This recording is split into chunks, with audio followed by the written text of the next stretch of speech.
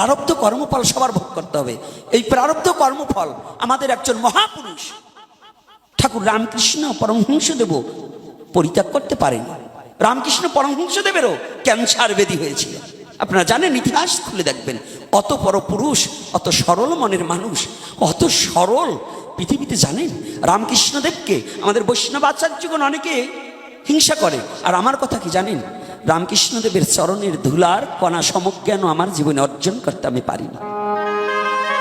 কত সরল মন রামকৃষ্ণদেব, কত সরল মন জানেন। রামকৃষ্ণদেবের কথাটা কি জানেন, কথামৃত একটু অধ্যয়ন করে দেখবেন। রামকৃষ্ণদেব মন্দিরে ঢুকেছে, তখন তো এই ইট পাটকেলের মন্দির না,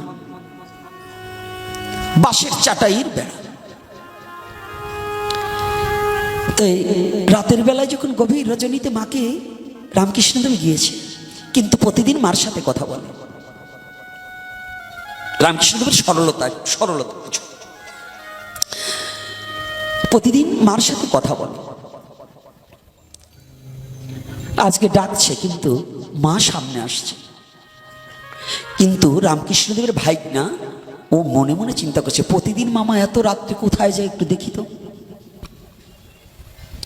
হঠাৎ করে ওই বেড়ার পাশ দিয়ে ফাঁকা দিয়ে একটু ফাঁকা রয়, তাকিয়ে দেখতে পায় ঘৃত প্রদীপ প্রজ্বালিত হচ্ছে মায়ের মন্দিরে। রামকৃষ্ণদেব মন্দিরে ঢুকে ওই পৈতেখানা বেড়ায় খুলে বাজিয়ে রেখেছে।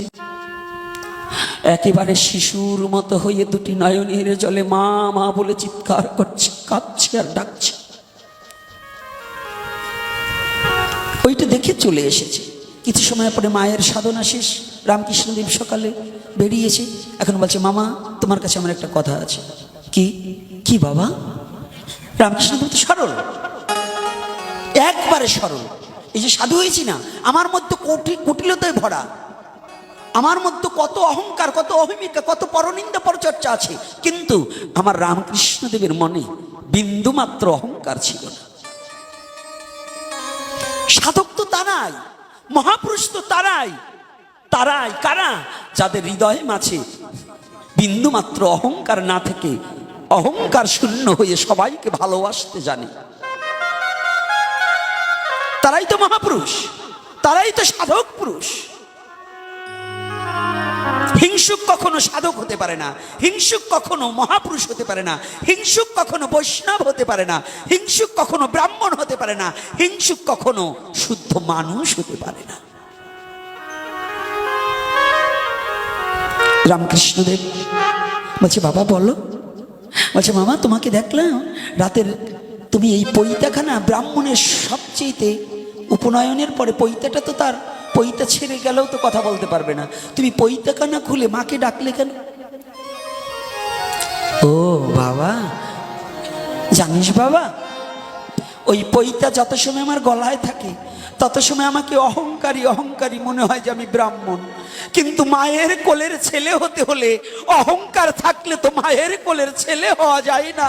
তাই আমি অহংকারটাকে পরিত্যাগ করে শিশুর মতো সরল হয়ে মায়ের কোলে উঠার জন্য আজ আমি এই ব্যবস্থা করিয়াছি।